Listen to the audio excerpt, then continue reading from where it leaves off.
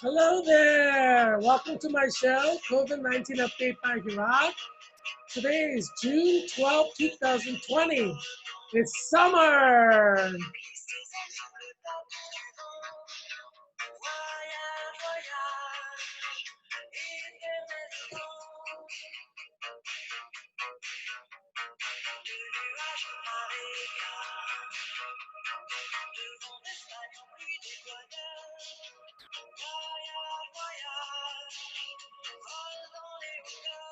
Today is National Flip Flop Day.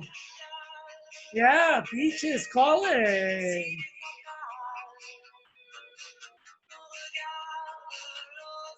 I love the beach.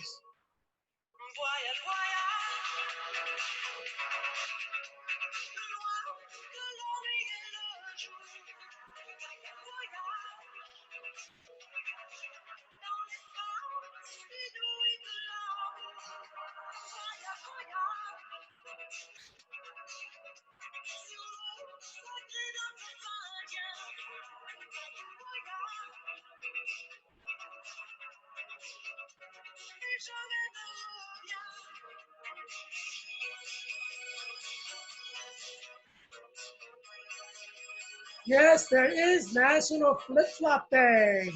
That's today.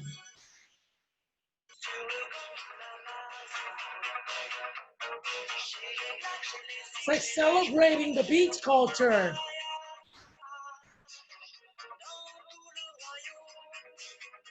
You know, in Virginia, we're close to Virginia Beach, North Carolina beaches, Maryland beaches, Delaware beaches, and New Jersey beaches.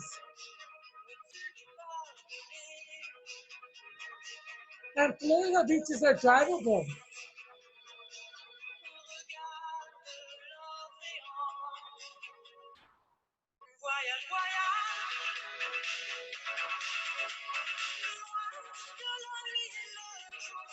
My favorite beach is Spain, though. Spanish Riviera.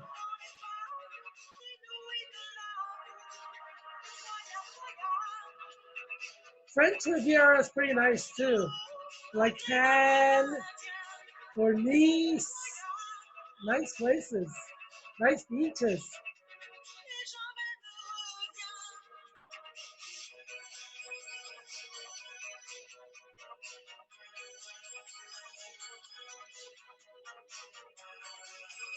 It's a graduation week for many schools. Like UCLA, graduation is in June. Like trimester universities and high schools, graduation is in June.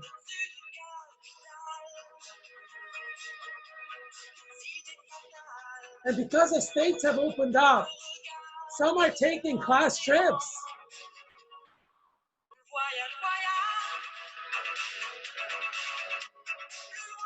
Some people are going close, close by, like a beach close by.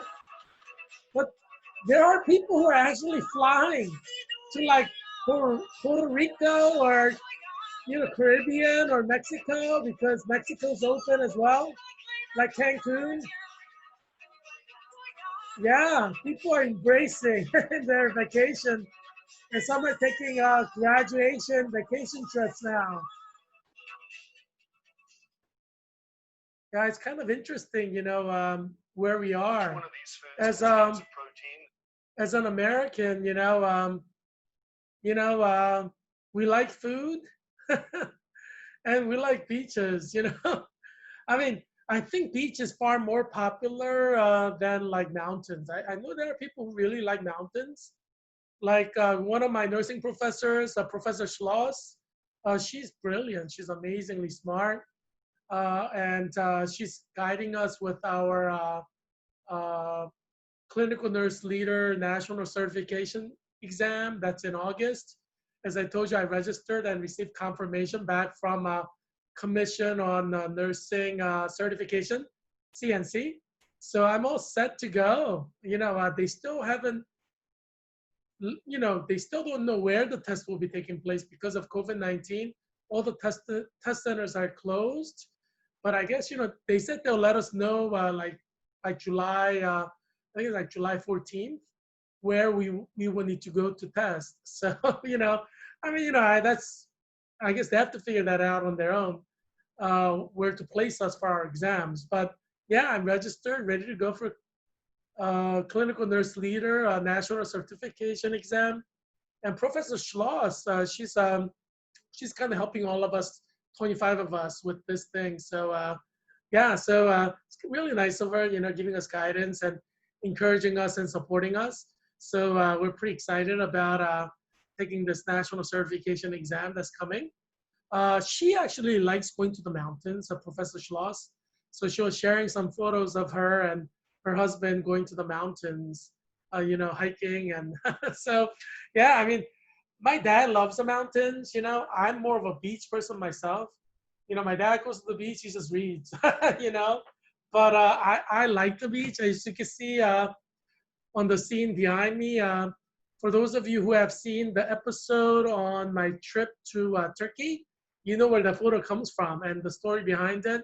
Just to give you a little, synopsis, that photo was taken during my trip to Turkey when I was a visiting research fellow at the Hebrew University of Jerusalem in Israel, researching Jewish identity. Those ladies there in bikini, swimwear are fellow students or undergraduate students. I was a visiting research fellow. I was a PhD student at UCLA, but there were undergraduate students who were doing 1 year abroad at Hebrew University of Jerusalem. They have a Rothberg school, so there are people who came from like Brandeis University, New York University. I think there was like one from Dartmouth. Yeah. So we had like several people from different universities. All four of them went to different universities, and they became friends at Hebrew University while they're doing the 1 year abroad, junior year abroad. So they're all third year undergraduates, and it was fun hanging out with them. That photo was taken in Pamukkale, Turkey, and yeah, so we had a lot of fun because like during vacation periods in Israel, we'll just kind of explore nearby areas, and Turkey was close by, so I flew over to Turkey. It was like $200 some for $200-ish for a flight. It was like a couple-hour flight from Tel Aviv airport to Ankara airport in Turkey, and Greece is nearby. All the places in Europe are fairly nearby, so people kind of hopped over. It's kind of like there are people who are hopping over to like Cancun, Mexico, or Puerto Rico, or like exotic beach areas for their senior trip, class of 2020 trip. Since airplanes are flying, these vacation spots are open, and states have kind of opened up. So yeah, a lot of people are taking their fun high school graduation trip or like college graduation trips. You're like, if you go to the beach this weekend, like to Virginia Beach, you may see a lot of like people celebrating high school graduation, because a lot of high school graduation are this like first week of June, second week of June. So yeah, you may see like high school graduates with their family there. Some high school students may go to the beach just with their buddies. You know how it is. College students going to the beach with their buddies. Georgetown University, we had graduation via internet, and they didn't have a chance to have a graduation trip. So some of them may be going to the beach this weekend for a graduation trip. Some may be flying out to like Orlando or driving down to Orlando because Disney World is opened up. And so how when they win like a basketball championship or football championship, they say, "Where are you gonna go?" "I'm gonna go to Disney World." You know how that is. So I know some people are just heading down there to celebrate their graduation. So yeah, because one of the things that is during the COVID-19 lockdown, a lot of people had nothing to put up on their Instagram or Facebook or other social media, right? So they're kind of starving to put something up there that's kind of exciting about their life.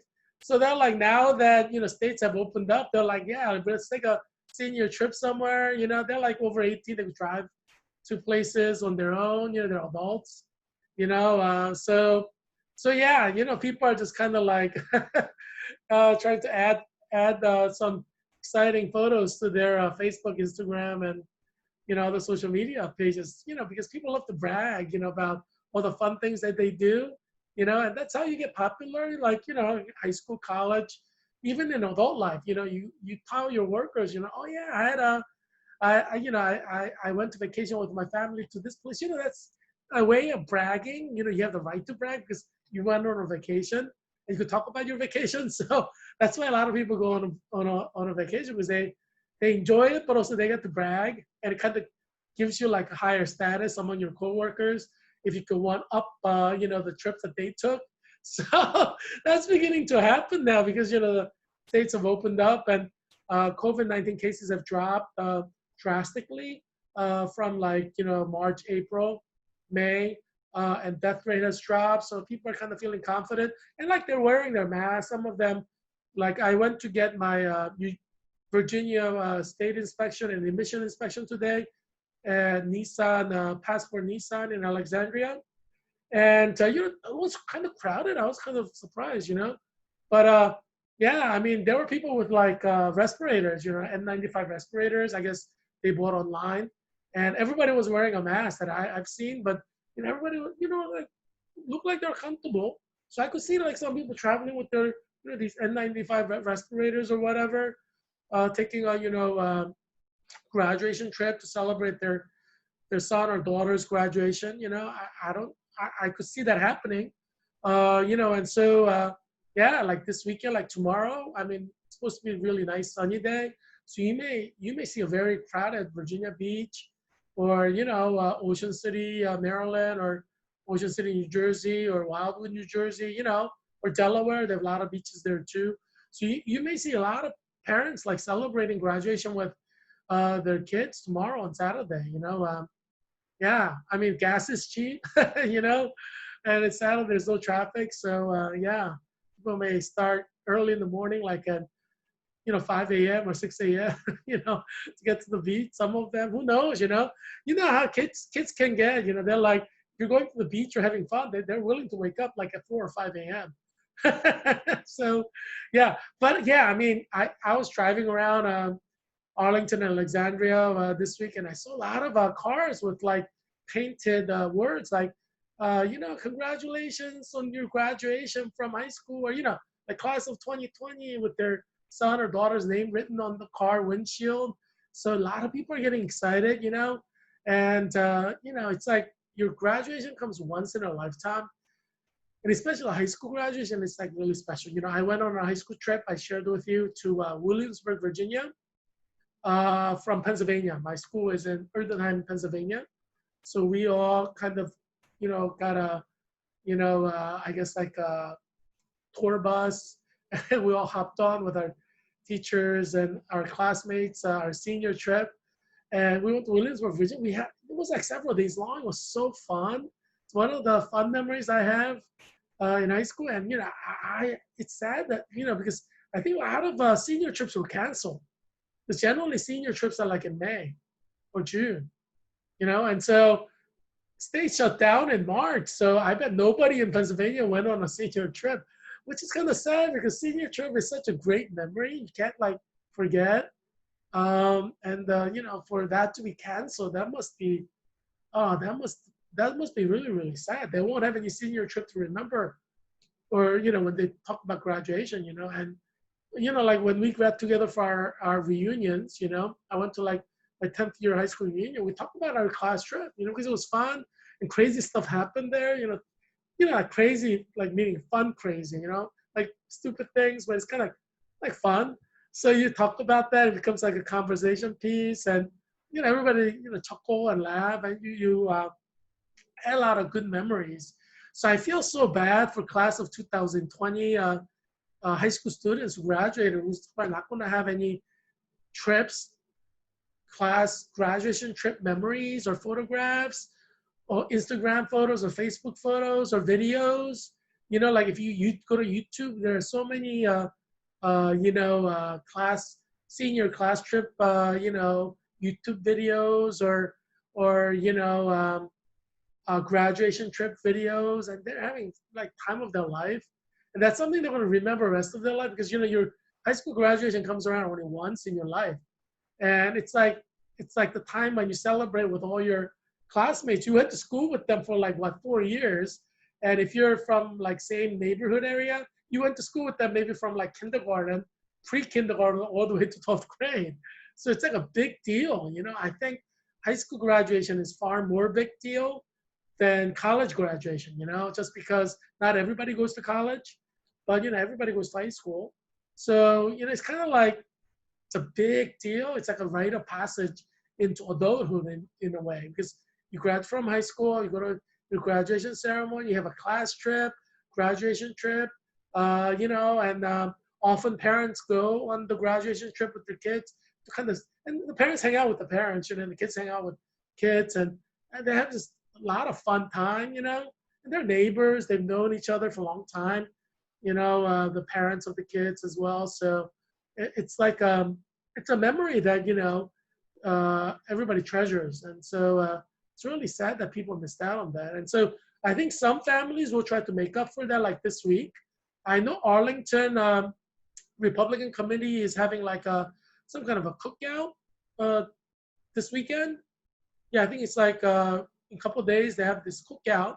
So this is like a first event that Arlington, Virginia Republican Committee is putting up, to bring everybody together physically in a place to have like a cookout and a social. And, the email that I received said, make sure you, bring your mask. But yeah, so I mean, like Arlington Republican Committee is like having a big social this weekend. And I think a lot of Republican Party, local chapters are having a lot of like socials this weekend, because in Virginia, like as of Friday, we entered, as of today, we enter kind of phase 2. Especially like in open air, like barbecue or cookout or going to the beach, more people are going to do that as a group. And there may be some church groups that may go to beach together tomorrow, or go to a park together, have a barbecue cookout together outside. So you're probably going to have a lot of activity tomorrow in Virginia over this weekend, because I know Arlington Republican Committee is doing their first major like public event like this weekend. So I'm sure a lot of churches are going to do that, just because like people haven't really seen each other for the past 3 months, and they're kind of hungering for social activity. So you're going to have people kind of meeting up with their friends and church groups or social groups. So I could definitely see like high school graduation parties, like barbecue cookouts and stuff like that throughout Virginia. So I'm sure that's going to happen like everywhere this weekend. Just because like everybody's graduating this week. A lot of people are graduating this week throughout Virginia, high school graduation, and during lockdown, you can't really do anything. But now, you could do stuff outside now as of today, phase 2. I'm sure a lot of people are going to have a lot of fun tomorrow. And I think it's going to be sunny, like in the 80s. So it's probably better to like have a pool party. And as of today, I think you're allowed to have like an open pool. Like, so yeah, you could have a pool party. I think there may be regulation about you have to social distance, so you just have to be careful, and wear a mask. But I think you could have a pool party if you have a pool, and invite others whose children graduated from their high school. It's rough. This COVID-19 is rough because you don't want to have a reality where you deprive your children of their happy memories. So obviously you got to be cautious. You got to make sure everybody's keeping like 6 feet of distance, wearing a mask. But if it's like 86 degrees outside, you're not going to have too much COVID outside. I mean, if you do it inside, I think with air conditioning and everything, it's probably kind of dangerous. But outside in 86-degree weather, as long as you keep yourself hydrated so you don't become dehydrated and faint or something, when it's that hot outside, the virus activity is a little bit probably weaker outside. I mean, there's like shaded areas where maybe viruses are kind of more prone to be active. But outside, as long as you wear your mask and keep a distance, in 86-degree weather, I mean 90-degree weather, it's going to be hard for the virus to like spread. I mean, I'm thinking, I'm not a virologist. I'm not an expert of virology, study of viruses, so I can't say it conclusively. But I would imagine, I mean, if it's that hot, so yeah, so you could probably do something with your children who graduate from high school, like a barbecue cookout, especially if you have a pool. You could probably do something like by the pool side, just kind of regulate, who goes into to the pool and stuff like that, so it's not crowded. But yeah, you could probably have like a mini celebration of your children's graduation outside, and if like if it's a big park, I mean, you could easily social distance like 6 feet. So yeah, you should probably throw something for your children who, if you have like high school students who graduate, you should probably do something. I mean, if you don't want to do something, that's fine too. But the problem is, your kids are going to graduate, and this is the only time they're going to have a memory of their high school graduation. So if you don't do anything, it's probably bad. I mean, you could probably do something just as a family. Like, you don't have to do it like with your community members. Like, you with your family could do something together, that's special. Um, you know, um, make sure you're careful and all your children have masks on. But you probably want to do something just to celebrate, just because human beings, we need that. It's like human beings need show of affection. Like husband and wife may love each other, but they have to say it once in a while. They have to actually do something physically to show that they care and love each other, even though they may feel it inside. It's like that with children too, right? There are certain things you have to do, like during graduation, like just kind of, and at the high school level, they're still kind of like children becoming adults. If they're 18, they're adults, but it's that, rite of passage era. So for some high school students, it's like they're leaving home after 18, so you probably would want to do something, I mean, obviously you gotta make sure you're careful so you don't get infected with COVID. But so I would recommend not doing anything inside, because when it's like cool, viruses can easily be hyperactive. So yeah, so I mean, do something outside, maybe in a park, like barbecue outside if you have a patio and a big backyard, have something, just kind of carefully. But if you have a pool, could have a pool party, regulated pool party, or if you go to the beach, um, yeah, as long as you're just careful and regulate distances, you may want to do something with your high school graduate child and your children, even just as a family. I mean, do something, something special to mark the rite of passage, because we're human beings. Human beings need marking of rite of passage. So yeah, and that's why, I shared my pinning ceremony with all of you. It's like, that's my way of like celebrating my pinning ceremony graduation with you, who are now kind of part of my family, watching me in the show every day. So, you get to share in the joys and sorrows of outrageous fortune. Yeah, so yeah, I love like cohort members. We have 25 altogether, so me plus 24, and I love them. So I just want to congratulate them again on graduating from nursing school. Hey, congratulations, you guys, we did it! Yay! CNL, CNL, 2020, CNL, CNL. Yeah, so all of us are really excited about getting our degrees this summer, and taking our clinical nurse leader national certification exam, becoming certified as clinical nurse leaders. And yeah, I mean, working in the hospital, I mean, I'm really excited. I was contacted again today for for another interview for a nursing position. So I'm pretty excited. I'm interviewing here, I'm interviewing there, and let's see, what happens, where I end up. But you guys are really lucky if I, become a nurse in your local hospital.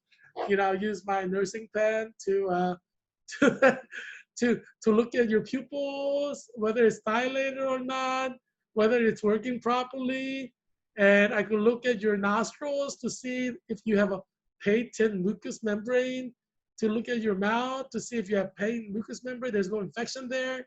Yeah, with my pen light, this does so much. Standard issue for a nursing student and a nurse. So yeah. So yeah, let's see where I end up. Maybe I'll be I'll be at the hospital where you'd be, if you call 911 and are taken to the emergency room. You'll see me. I'll be I'll be working over you, helping you. Yeah. But anyway, yeah. So yeah, keep you updated about the progress and what happens with that. And yeah, so I'm pretty excited about that. Helping patients and stuff like that. So I would start working like in August. So I'm kind of excited as a nurse. And I'm running for U.S. Congress in Virginia's 8th District, as you know, as an independent candidate for U.S. Congress. And that's Arlington, Alexandria, Falls Church, and Fairfax County. And I'm not poor like my opponent, Don Byer, who owns like car dealerships. He's like a multimillionaire. I'm just like a humble guy who just want to serve you as a public servant and to help save you and your children's lives during the COVID era. So I have to actually work for my living while running for U.S. Congress in Virginia's 8th District. So I'll be working full time as a nurse, from August. After I finish, like this clinical nurse leader program ends in August. So I'll be working full time as a nurse while running my campaign. And yeah, I'm expecting to beat Don Byer. He seems like a nice guy, but I'm just a better candidate. I'm just a better leader. Sorry, Don. But yeah, so I'm expecting to win. But yes, I have to work, to pay for stuff. So yeah, so that's what I'll be doing. I'll be risking my life with COVID-19 to save your life. As I've shared, I went into nursing to save people's lives, through nursing practices. So yeah, I mean, who'd have thought that there would be this killer virus spreading throughout the world? That's something I would have never guessed in a million years. We actually had a simulation of a pandemic in fall semester, with Professor Lorraine Spencer. And I've shared with you, she was an inspiration behind my choosing to run as a candidate for U.S. Congress in Virginia's 8th District. And I shared with you several times. And she's our public health nursing professor. And she was a nurse at Wakefield High School, which is high school just like about 1 mile from here. And I actually taught there as an ESL teacher, math teacher in the summer, because during the school year, I teach 5th graders at Savoy Elementary School in District of Columbia Public Schools. But in the summer, I taught at Wakefield High School. Most of the non-English speaking Hispanic and Ethiopian students. They're the majority of my students. Latino, Latina, and Ethiopian, Eritrean students. They're like my majority students in the summer. Yeah, but anyway, yeah. So yeah, so it's National Flip Flop Day. So maybe all of your family members will be on a flip flop tomorrow. It's flip flop days today, but it's kind of like carries over the weekend. So yeah, so vote for me on November 3rd, 2020 for U.S. Congress. As I've shared, I'm an official candidate for U.S. Congress to register with Federal Election Commission, which is a national body, and President Trump has to register with them, and they monitor his campaign. They monitor my campaign. They monitor Don Byer's campaign. It's for all federal election people who are running, and there's a lot of obligations we have to meet, and so my campaign, meets these obligations, obviously. So I'm official and legit. You could Google. I mean, you could actually type in Federal Election Commission on Google. go there, type in my name at their website. My name will come up. You can monitor me, and you can monitor my opponent, Don Beyer. Or you can even look at President Trump. Yeah, or Joe Biden. They're all there. We're all like official. I'm legit. I'm officially registered with Federal Election Commission, and I have been since November. And I'm officially registered with U.S. House of Representatives, Office of the Clerk, as an official candidate for U.S. Congress in Virginia's 8th District, running as an independent. And so you could visit their website and Google my name will pop up. I'm legit. But every state, there are 50 states, and District of Columbia has their own election board. But so every state has their board of election, and their board of election regulations are moderated by the state, the laws of the state, not the federal laws, but the state laws. So so in Virginia, there's a requirement that you gotta submit 1,000 signatures by June 9th. But Virginia Governor Northam shut down Virginia with stay-at-home executive order from March 30th to June 10th, making it impossible for me to collect 1,000 signatures by June 9th. So I asked for a waiver from Virginia Board of Elections, and the Commissioner Piper wrote me back saying that he doesn't have legal authority to grant me the waiver. So I wrote the professor to Governor Northam to give me a waiver, but he didn't write back. So I ended up filing a lawsuit on June 3rd, 2020, against Governor Northam and Virginia Board of Elections to give me a waiver because it was impossible for me to collect signatures because of Virginia Governor Northam's executive order, which became the law of the state, which made it illegal for me to go door to door to collect signatures. So I filed a lawsuit with Arlington Circuit Court. So if you Google Arlington Circuit Court on Google, you could click like civil cases and type my name, Kim, Heerak Christian, and then you will get you can follow the development of the case. As you know, everything that happens in the court is public record. It's anybody can get information on it. You could order transcripts, or you can order video recordings of the cases. So I'm excited. This is like now officially on the case. I mean, it's been officially filed. You can't undo it. Virginia Sheriff's Office is in the process of serving Virginia Governor Northam and Virginia Board of Elections. So yeah, so it's I mean, I filed on June 3rd. So it was officially filed on June 3rd. So yeah, so that's going on. So I'm here to November 3rd, running officially for U.S. Congress in Virginia's 8th District. Because my case is in the courts, and courts override Virginia state law. Because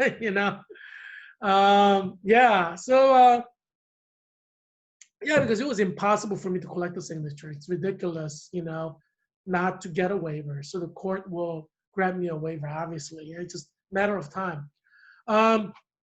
So we are in this together until November 3rd.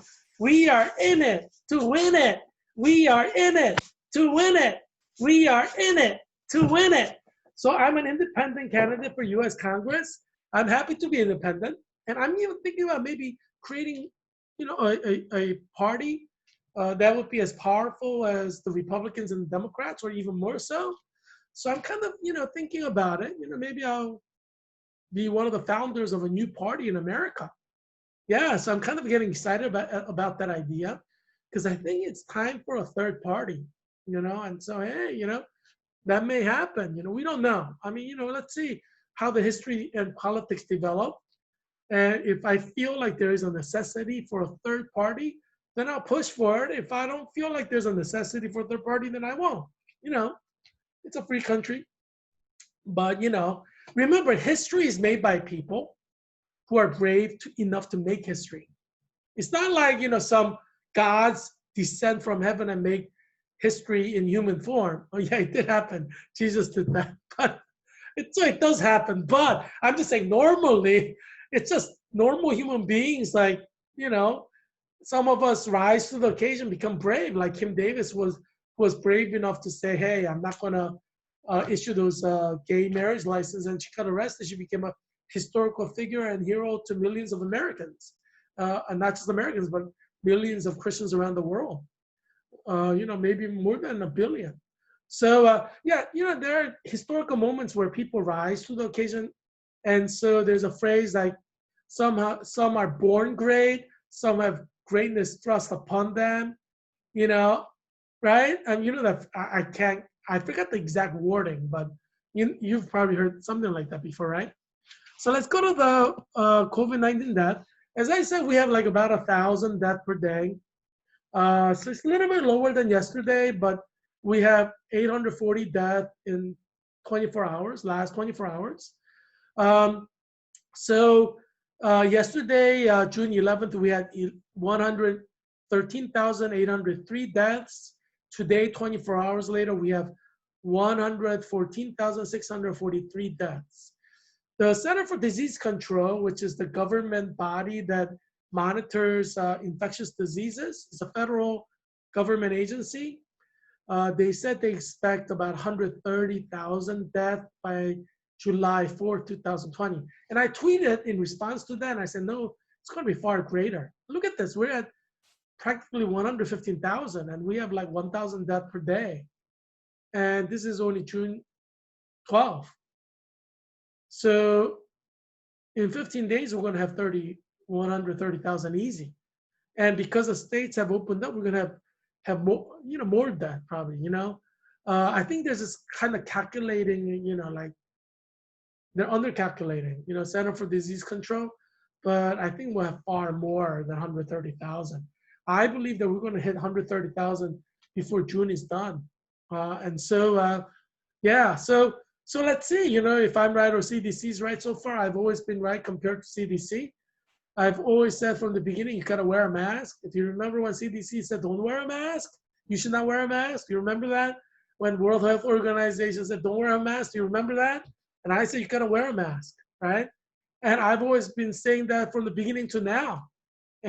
So I'm more right than Center for Disease Control and World Health Organization. So this show is very important for you because, if you listen to me from the beginning, some of the people who died would not have died. You see what I'm saying? So just keep watching this show. I would trust me more than, if I were you, you should trust me more than you should trust World Health Organization or Center for Disease Control, because I've been consistently correct. And if you followed my advice from the beginning, you probably would not have died. For those of you who died, yeah. I mean, you're probably listening to what I'm saying from heaven or hell, But yeah. So you need to watch this show every day and follow my instructions.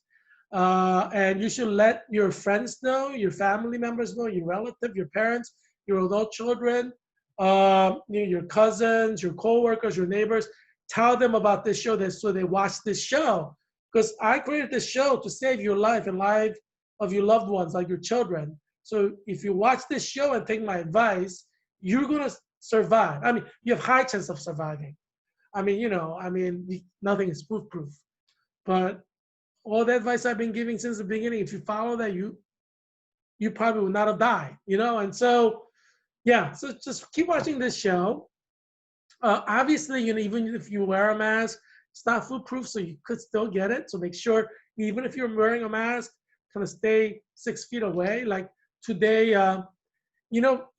because I'm like, working in a hospital, I have to get drug tests every year. That's like a standard thing for nursing students, nurses who work, and teachers, in certain school districts. Yeah, so I went to get my drug test today, annual yearly drug test, and I'm standing there in line in Center for, what do you call that, LabCorp in Arlington. And they got really sophisticated. You know, they have these automatic check-ins where they scan your driver's license and they scan your insurance card. There's like no people are needed to check in. I was like, my gosh, they're like really fancy now, because, you know, I mean, like a lot has changed with LabCorp. And I'm like, whoa, you know, I don't know if they just changed recently because I haven't been to LabCorp. I used the Quest Diagnostics for a while, for a few years. But today I used my LabCorp because my PCP, the primary care provider's office, is right close by LabCorp. And yeah, it's like really sophisticated and fancy now. And so maybe it's just that particular LabCorp. Maybe it's not like that in other LabCorp. But yeah, like, and I was like sitting there, standing there, and there are a lot of people, and nobody was really talking to anybody, which I was happy to see because you gotta keep your distance and just not talk to each other. I mean, if you're gonna talk to each other, you gotta have a mask. You should probably be like 10 feet away, you know, just to be safe, you know, because they said 6 feet, but if you don't be legalistic about it, just stand like 10 feet away if you want to talk, you know. So yeah, but anyway, you know, there are people who are like trying to walk closely by me. I'm like, geez, you know, don't walk too close to me. Or, you know, we're inside, we're not outside, you know. You know, you get this like by breathing on each other if you don't have a mask. Thankfully, everybody had a mask, so I wasn't really worried, but too worried. But I wanted to make sure we were keeping 6 feet distance. So you just, I mean, you know, there are people there, they're all getting their blood test drawn or, you know, whatever. But yeah, you just have to be careful, you know. And so today I got my state inspection done, I state emission inspection done, oil change done, and the passport Nissan. And people are really nice there, you know. I don't know, people are always nice there. But generally they have free food, but today they didn't. So I was like a little bit upset about that. They always have a lot of, you know, they have like snack items, which are really good. You know, they have like gummy, like fish, you know, those small gummy fish packs. Those are quite good. They have like golden yellow pretzel, golden, you know, pretzel fish, which I like to eat, you know, and peanut butter cracker sandwich. But they had nothing today. I mean, I guess it's COVID-19, but I think they should still have snacks. People could just come and get the snacks and, you know, eat it outside or whatever. But I guess they're afraid like people would take off their mask and start chewing. I don't know. I mean, maybe it's, yeah. I mean, I guess it does help people just have a mask on if you're not. Yeah. I mean, yeah. I mean, if you're like 10 feet away and yeah, you know, you got to be careful when you're eating. Inside, it's just too risky, I would say. Outside, you know, because it's like there's no ceiling, there's no walls. As long as you're properly distancing yourself, you know. Yeah, but anyway, yeah, but I miss those little gummy things. You know, you don't always buy snacks, but when you go to a place where they have snacks, you eat it. It's kind of like that. But anyway, yeah. So yeah, so you do have to be careful because like 1,000 people are dying every day. But just make sure you wear a mask. Make sure you keep at least 6 feet. I would say longer than that, just to be safe. Obviously, don't do anything that you don't have to do. But you know, there are certain things you have to do. You know, like getting oil change or getting drug urine test annually. You know, if you're a teacher or a nurse, if you know, if they require that. Yeah. So yeah. But anyway, yeah. So today I'm looking at Europe's top 5, and look at Russia. Russia's now number 1 for COVID-19 cases. They have far more than United Kingdom. But look at their death rate. Only 6,705. 1% of the cases are ending up in death. US is like 6%. Look at United Kingdom. It's number 2. They have 294,402 cases, and their death rate is 14%. So the total who have died so far are 41,566. So after United States of America, United Kingdom has the most number of deaths. Spain is number 3 in terms of cases at 243,209, and their death number is at 27,136. And about 11% of the people who are getting COVID-19 are dying. And in Italy, they're number 4. Their cases are at 236,305, and their death number is at 34,223, and the percentage of death is at 14%. France is number 5 at 193,220 cases. Their death number is at 29,377. The percentage is 15%. So France actually has the highest percentage of people dying once you get COVID. But they were able to keep the infection relatively low. So in terms of number of deaths, it's kind of lower. United Kingdom, I remember when they didn't have any cases, and they were looking at Italy and Spain's rising cases, or they didn't have any real significant number of deaths. And they did all these shows in Italy and Spain. Now United Kingdom has more death than Italy. Geez. So it comes to show you, sometimes last shall be first, the first shall be last. Wakefield High School, as I've shared, my teacher in public health at Georgetown University, Professor Lorraine Spencer, she lives in McLean now, but she lived in Arlington for a long time, and she taught at Wakefield High School. And she was like a manager in Arlington Department of Health, So, we learned a lot from her. She's an amazing individual, amazing teacher. And she taught she was a nurse at Wakefield High School. And I shared, I taught math and English as second language, math to mostly Hispanic. Like my students were like from Guatemala, Bolivia, just like a lot of Latin American countries, Mexico. And so, like Ethiopia, Eritrea, because obviously students come from this neighborhood, and that there's a lot of Ethiopians, Eritreans, Bolivians, Guatemalans, Mexicans, but, Colombians. We have a lot of Central Americans, but we have like Latin Americans from every Latin American country. So that's how Wakefield High School looks. You could go to their Twitter account and see the stories of graduating high school seniors. It's kind of moving. I would encourage you to do that. Go to the Twitter page of Arlington Public Schools and see the profiles of graduating seniors. And Wakefield has warriors, and you see that drawing there. Yeah. One of my friends in Georgetown, she's amazing at drawing. She's incredible at drawing. So, I'm sure she's going to become one of the historic drawing persons. But yeah, she lives in Virginia's, I don't think Virginia's maybe 10th district or Virginia's 11th district. I think near Springfield, in the Fairfax County. I think her parents are like part of the Fairfax County Republican Committee. But anyway, so let's go to next page. Yeah, I wanted to share with you, nostalgia, and as I was sharing with you about my senior class trip to Williamsburg, Virginia.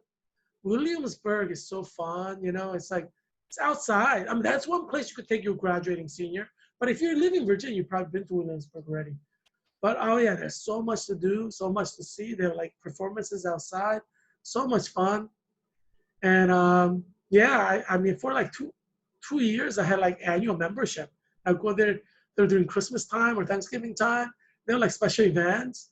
I enjoy singing Christmas carols, during the Christmas time. They have Christmas carol singing, and there are people dressed in the, 18th century American clothing, and we sing Christmas carols together. So much fun, But anyway, so nostalgia is just kind of remembering the past, that's what human experience is all about, right? Animals like tigers and lions, they don't really have memory per se in the way that we have it. Because for humans, we attribute meaning to memories and we talk about it, discuss it, we write about it. We sometimes have like, you know, like whole phenomena of social media, having Facebook or Twitter or Instagram. This is to create like a memory, right? And share that memory with others. So that is a very important part of human experience is remembering, creating memories, and sharing those memories. And that's why, you know, humans celebrate anniversary like, you know, dogs and cats, they don't celebrate anniversaries, right? So humans celebrate anniversaries because we attribute meaning to events, people's, you know, and so, you know, anniversary for a husband and a wife next door is completely different from the anniversary that you and your wife may have, right? But it's significant to you because it's your anniversary. So it's special for you and your wife. And so you attribute meaning to that particular day and celebrate it every year because you as a human being has a power to signify events and kind of make it meaningful for yourself and those who are involved in that experience. And so, and you know, I have my monthly anniversary shows, right? So, yeah, so you saw my anniversary show on June 2nd, and we'll have another one on July 2nd. So, yeah, you can look forward to that. And yeah, so I wanted to share some memory with you. You know, as I share with you, my best friend at Cambridge University is Martin Wood. And so I've done, you know, we spent a lot of fun times together because we're like best friends. So we have a lot of photos and, you know, photos are a way to remember. So I'm sharing them with you here. So Martin Wood and I are sitting there just kind of talking, you know, we talk about the women we like and, you know, just about life. Sometimes we have intellectual discussions. You know, we're like friends, right? And like he's a royalty. So he's giving me advice about the royalty that I dated or I liked, you know, and so, you know, he tried to help me understand what royal life or noble life is like in Europe and England. Because I don't know, I'm an American. And I, you know, as I've shared, I dated some royalty and nobility in England, the pretty ones, you know, because I like pretty women. Obviously, I'm not married. I mean, once I'm married, you know, I will be loyal to my wife. Obviously, I still have eyes. I'll look at beautiful women, but all men do, you know. I mean, but obviously, you're loyal to your wife because God said you have to be loyal to your wife, you know, right? I mean, so yeah. But anyhow, you know, so I get some advice from him about the royalty that I like or dated, you know, and so you know he's very helpful, you know, from that regard, and he's like Anglo Catholic. He went to Glasgow for bachelor's in chemistry, and he was doing his PhD in chemistry at Cambridge. So you know, he and I we talk about you know his identity as a Catholic, and he said in the city of Glasgow every weekend there are Catholics killed by Protestants and Protestants killed by Catholics just because you know there's a conflict there, you know, Northern Ireland. So and conflict throughout England, he was saying. And so yeah, so we you know talk about that. You know, he's my best friend, so you know we do a lot of fun things together. We go to parties together. You know, we do a lot of fun things. You know, so sometimes we're dressed down, sometimes we're dressed up. So there was an event where we're having a formal dinner, and that lady's American, and I think she's like some important person. Yeah, I don't. You know, everybody, practically everybody's important in Cambridge. So I mean, it's like, hey, everybody's important. You know, so it's like, hey, you know, not that special. But yeah, but anyway, so the picture with me and Marn and the lady, I guess she really liked Martin because it was royalty, you know. You know, it's kind of special for Americans, you know, I guess. But yeah, and then another photo of me and Martin at another time, just hanging out, talking. That's what best buddies do. And then photograph next to that, Martin and I were hanging out. Oh, this is Jesus College tie. Our colors are black and red, and our emblem you see there is like three chicken. And I had fried chicken today, so in celebration of honor of Jesus College. But anyway, yeah. And above the photograph, he's like from Australia. He's like some kind of a nobility from Australia. And I think it's like really important. It seems like he's really important because wherever we have social events, I could see like everybody's like paying homage to him. And he was telling me like he's very, very important in Australia, like, and in England because his nobility is like English. So I'm like, oh man, okay. I'm American, And then next to that, there's Martin and me, and yeah, we hang out and have a lot of fun, And so yeah, and underneath that, I'm hanging out with Martin and Chris Jackson. Chris Jackson is some kind of a noble guy with a title. And I think he owns a lot of land, or his family does, for generations. I think his grandfather is like the king of Liechtenstein, or one of those little teeny states. I think they call him the Duke of Liechtenstein is like the king of Liechtenstein. I think it's Liechtenstein. Like his grandfather is either king of Liechtenstein. There's another little tiny country, maybe the other one. But yeah, so he's like really titled. He's like noble royal connections all over Europe. He's a down to earth guy. He was a undergraduate at Jesus College. I used to hang out and have fun. He's a good guy. I like him, Next to that photograph, there's me with Martin, and the German is the Prince of Freiburg. He's German. And in Germany, there are a lot of princes, right? So when you read about Martin Luther, he got German princes together and was able to galvanize the victory of Reformation through German princes. So he's Prince of Freiburg, like he's royalty, German royalty. Obviously, they don't like celebrate royalty in Germany anymore. That ended like in 1800s, I believe, late 1800s. But Germans have royal titles and they know each other. Like, it's a small community and they hang out and party and they keep up their social conventions, nobles and royals in Europe. So he's like a nobility, royalty from Germany. And if the current Windsors, they're German, they're of German descent.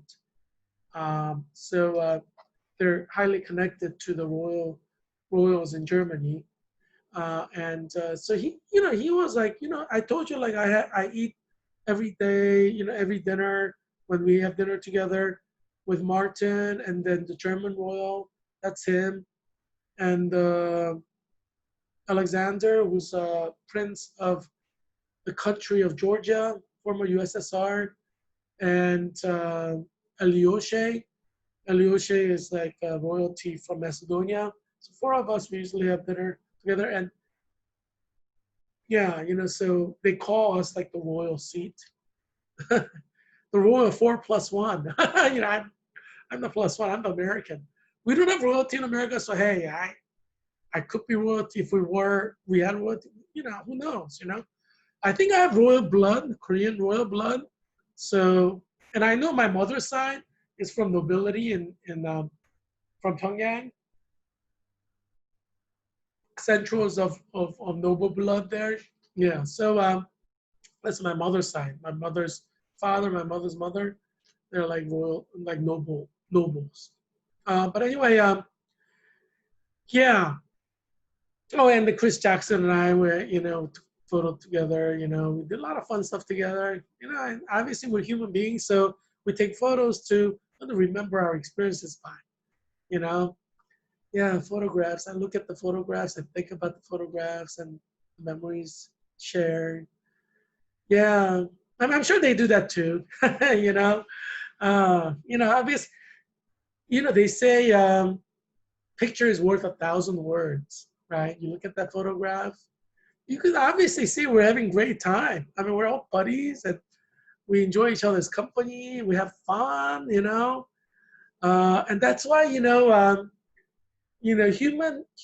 human beings need this kind of socializing, uh, and that's why you have this senior class trip, graduation trip, because this is like a social activity that bonds people, right? And we have graduation ceremonies, we have wedding ceremonies, and we have funerals.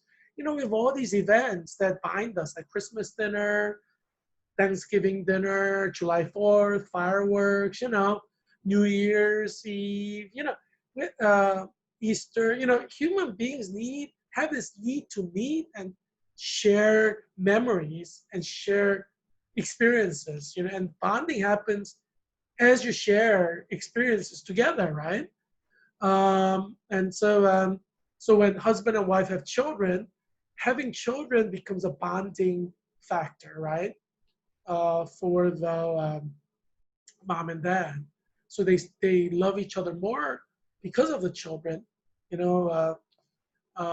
it becomes a bonding element, and shared experiences with the children, it has a different dimension to the love and romance between husband and wife before the children, right?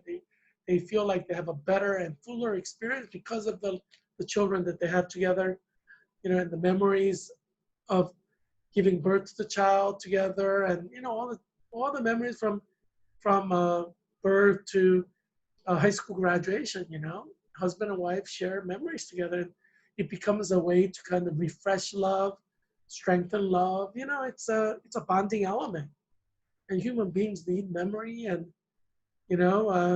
yeah, and that's why like money is no object, right? Sometimes when you're willing to spend the money to uh, to have a family vacation or whatever.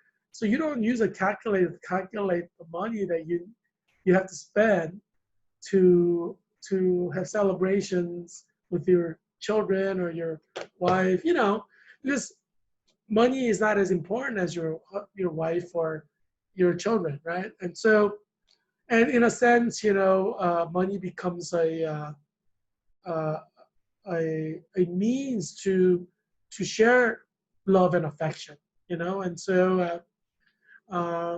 create memories. And so yeah, and so yeah, I'm so glad I had the chance to share photographs of Martin and Chris and my other friends. Yeah, and yeah, good times, good times. I'm sure you have photographs of your buddies from high school, college, graduate school, from your work environment, and you think about all the fun memories that you had and all the fun things that you did together. I'm sure you do that, right? Yeah. So yeah, I mean that's what makes us human, and that's what makes living worthwhile for most human beings, right? Having that those memories, happy memories. Yeah. And so I'm glad that I'm able to share this happy memory with you, because you're kind of like my family, and you probably feel like I'm your family too. So yeah, so I tried to make this show fun. I have human aspect to this. I help you emotionally go through COVID-19 and other struggles, right? So in a sense, I'm kind of treating you as a friend and someone who I want to help, so we can go through this COVID-19 together. And I care about your mental health. And so by watching this show, your mental health will improve because, I tell you the truth. So you're not being lied to about anything. So, I want you to face what we're going through realistically. I don't want you to be in denial. So I tell you exactly what's going on, what will happen, right? That's what I do, right? So that you're in touch with reality.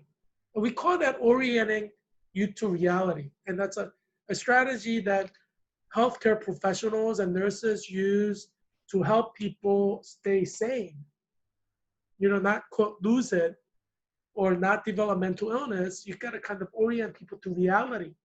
Because once you start like trying to escape reality, mental illness can develop. So what I do in this show is I orient you to reality. And in a sense, watching this show will help you, your mental health.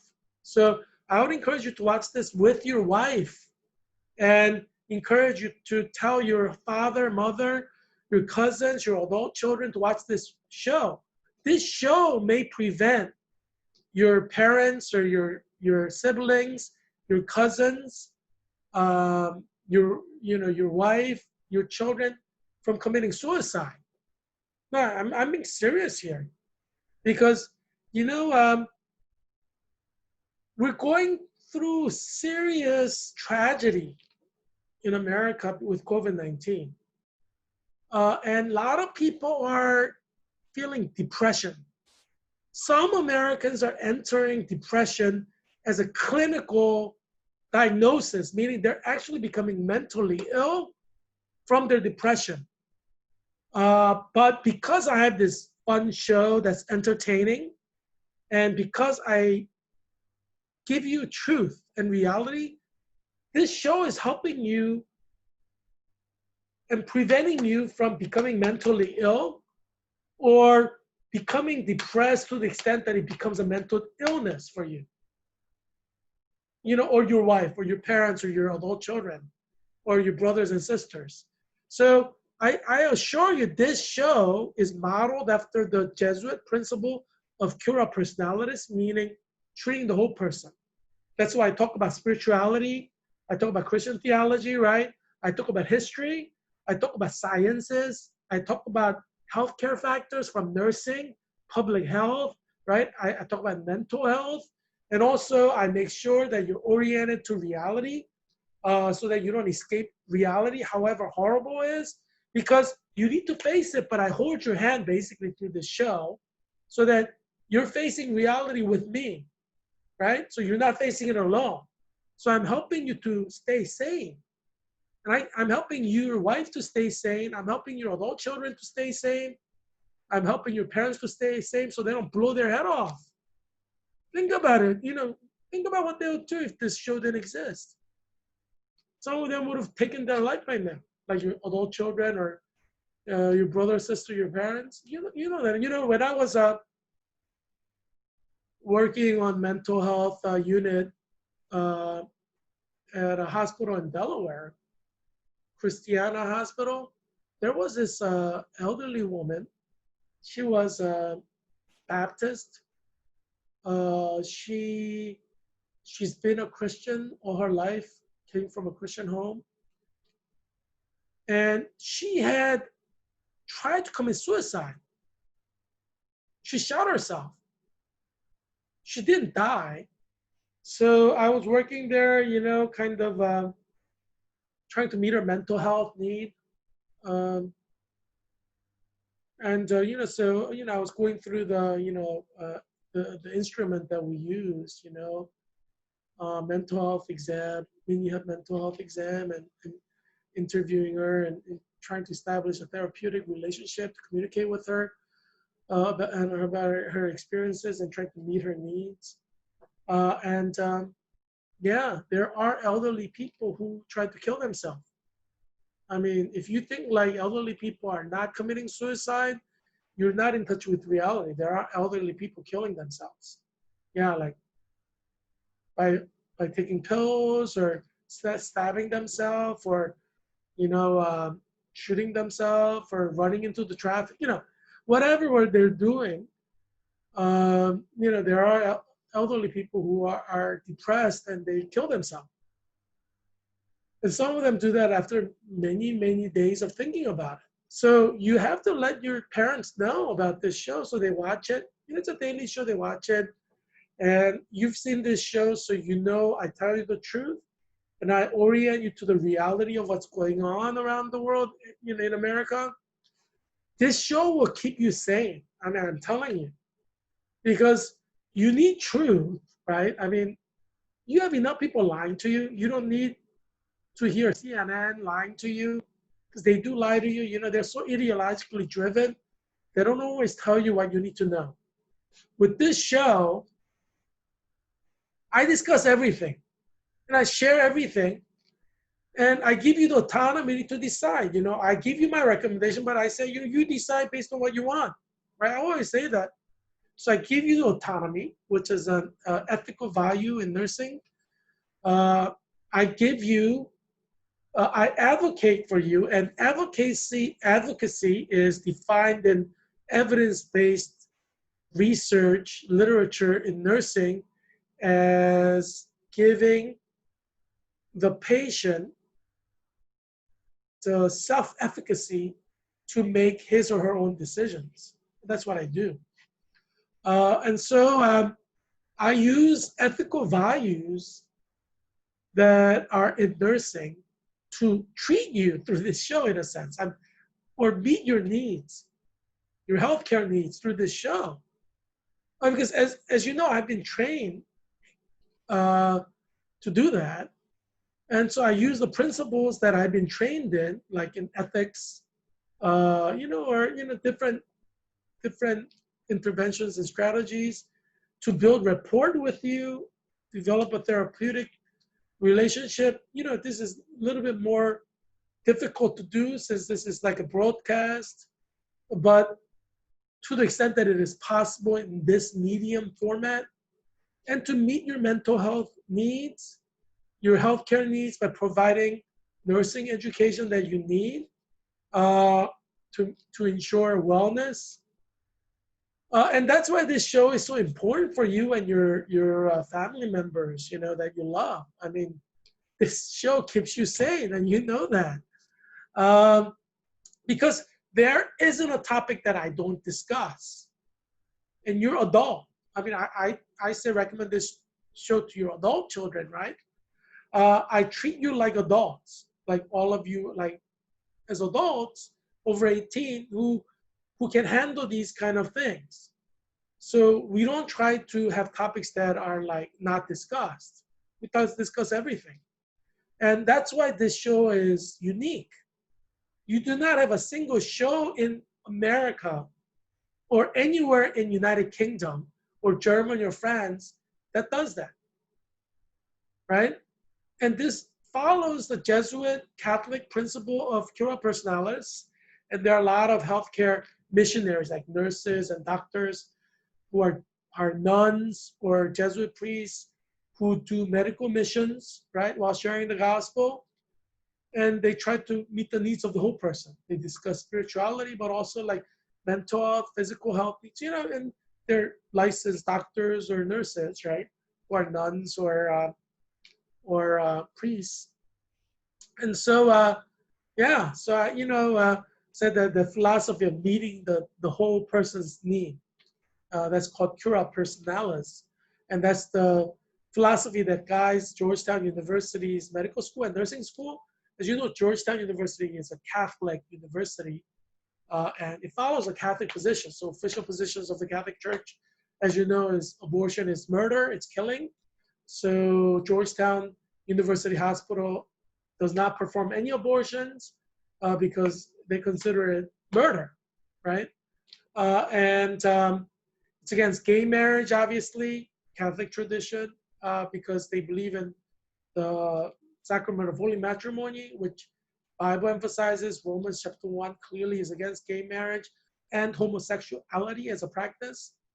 And so, we follow the Bible, and Georgetown University's core values, fundamental values, core ethics, is against abortion or against homosexuality, gay marriage, right? And so, so Georgetown University and its hospital is guided by these Catholic value systems. And there are Baptist hospitals that follow Baptist value system. There's a Seventh-day Adventist healthcare network, and I worked in the hospital there, Shady Grove, Seventh-day Adventist hospital in Shady Grove, Maryland. The hospital belongs to the Seventh-day Adventist Church, and so Secretary of Housing HUD, Carson, He's a Seventh-day Adventist, a very conservative Christian, loves Jesus. So that's his Christian denomination. So there are hospital systems that belong to the Baptist system or to Seventh-day Adventists, Presbyterians, Catholics. Georgetown University Hospital is, obviously follows the Catholic tradition, like Georgetown University.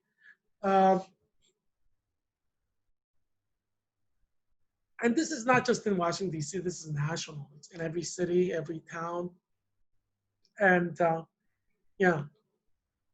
But anyway, yeah. So I'm trying to meet your need so that you don't kill yourself and that your mental health doesn't degenerate. And also I provide information for you so you can take care of your physical health too. So this show is very important for you.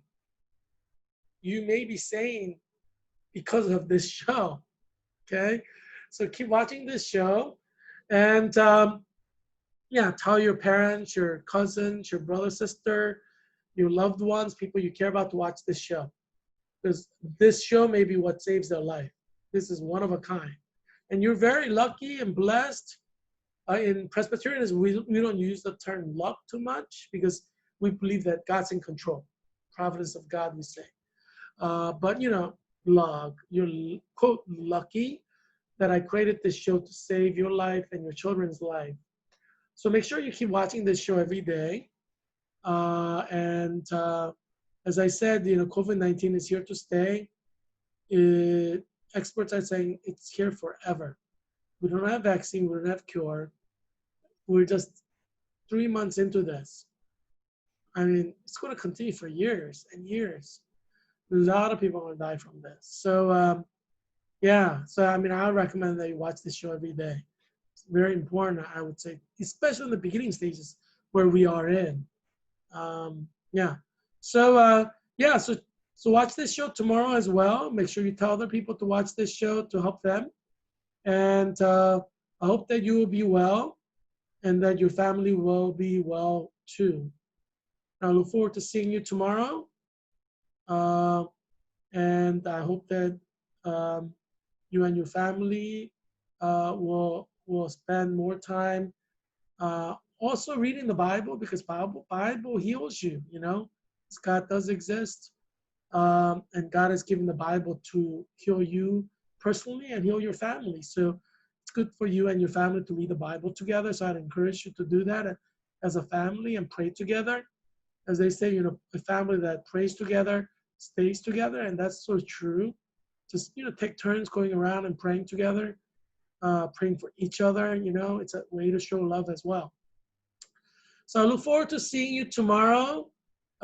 So be well, and I guess I bid you adieu for now.